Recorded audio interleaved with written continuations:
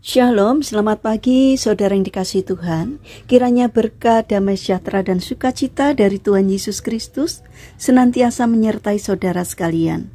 Sebelum kita mendengarkan firman Tuhan dan renungan, mari kita berdoa. Tuhan Allah Bapa yang baik, kami sungguh bersyukur atas kebaikan dan kemurahan-Mu, karena Engkau Tuhan yang tidak pernah meninggalkan kami, sehingga kami dapat bangun dalam kondisi baik dan sehat, dan dapat menikmati indahnya hari ini.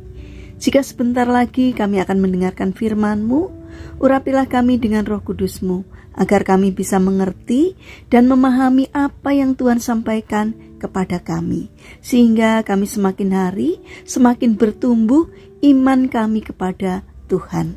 Terima kasih Tuhan, di dalam nama Tuhan Yesus Kristus kami berdoa. Amin. Saudara yang dikasihi Tuhan, tema renungan pada pagi hari ini adalah janganlah takut. Bacaan diambil dari kitab Yesaya pasal 41 ayat 10. Demikian sabda Tuhan. Janganlah takut, sebab aku menyertai engkau. Janganlah bimbang, sebab aku ini Allahmu. Aku akan meneguhkan, bahkan akan menolong engkau. Aku akan memegang engkau dengan tangan kananku yang membawa kemenangan. Saudara yang dikasihi Tuhan, Sailor Gutzler adalah seorang anak perempuan berusia 7 tahun yang selamat dari sebuah kecelakaan pesawat di timur kota Paducah, Kentucky, Amerika Serikat pada Januari 2015. Pesawat tersebut menewaskan 4 anggota keluarga Sailor, yakni ayahnya, ibunya, kakak perempuannya, dan sepupunya. Hal yang luar biasa adalah perjuangan Sailor dalam mencari bantuan sesudah ia selamat dari kecelakaan pesawat tersebut.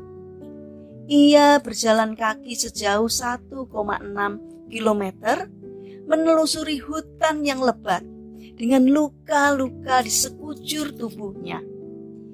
Ia berjalan dalam kegelapan malam dengan suhu sekitar 4 derajat Celcius. Ia mencari rumah terdekat untuk mencari pertolongan, dan ia berhasil menemukan rumah Larry Wilkins di Lyon County. Wilkins yang membukakan pintu untuk Sailor memujinya sebagai gadis pemberani. Saya sendiri tidak akan berani berjalan kaki melewati hutan itu pada siang hari, kata Wilkins. Dia menambahkan bahwa Sailor menangis ketika datang ke rumahnya.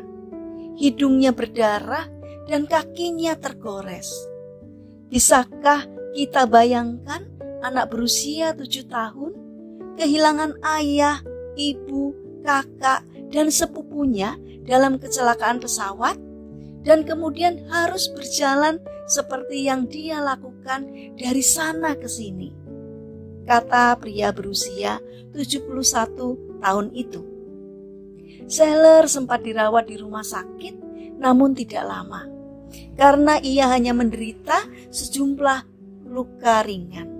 Sementara itu, pesawat yang mengalami kecelakaan ditemukan sekitar 50 km di timur kota Paducah.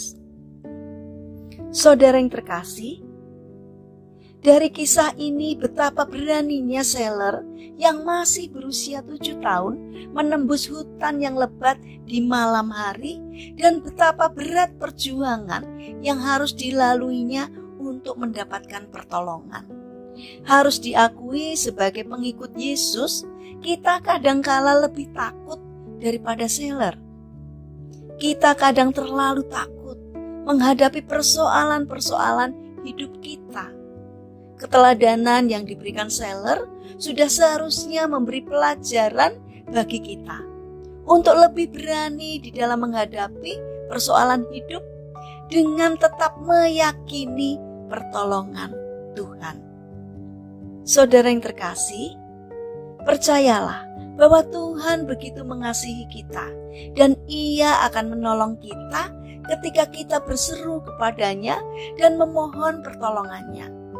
Dengan percaya kepadanya, kita tidak perlu khawatir mengenai hal apapun juga.